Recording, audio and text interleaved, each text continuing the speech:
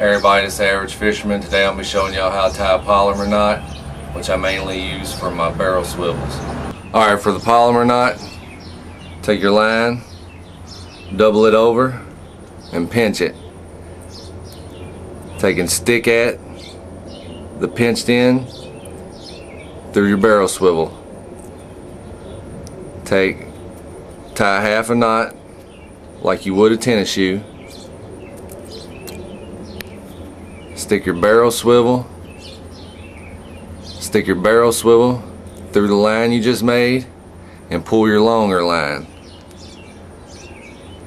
And there you have it. Polomar knot.